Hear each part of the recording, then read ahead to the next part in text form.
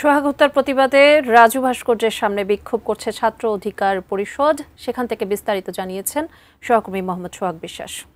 ছাত্র অধিকার পরিষদের ঢাকা বিশ্ববিদ্যালয়ের যে টিএসসি মোড় রয়েছে সেই টিএসসির মোড় থেকে এই বিক্ষোভ মিছিল বের হয়। এর আগে তারা একটি সংক্ষিপ্ত সমাবেশ করে যে সমাবেশে তারা জানিয়েছে যে যারা এই হত্যার সাথে জড়িত এবং যেভাবে এই পাশবিকভাবে যে যুবককে পিটিয়ে পাথর মেরে পাথর নিক্ষেপ করে মৃত্যু নিশ্চিত হওয়ার পরেও তার লাশের উপর দাঁড়িয়ে উন্মাতাল নৃত্য করা, এটি একটি পাশবিক আসলে হত্যাকাণ্ড হিসাবে অভিহিত করছেন এখানকার বিক্ষোভকারীরা।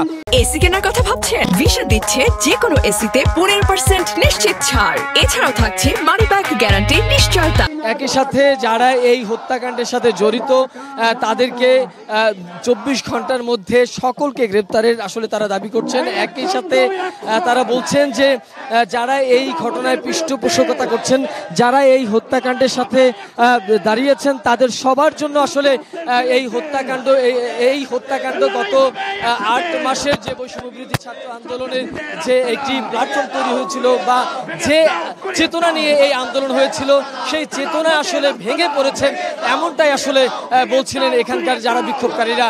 তারা এই ছিল আসলে আমার কাছে মোটামুটি বিক্ষোভ মিছিল থেকে সর্বশেষ তথ্য।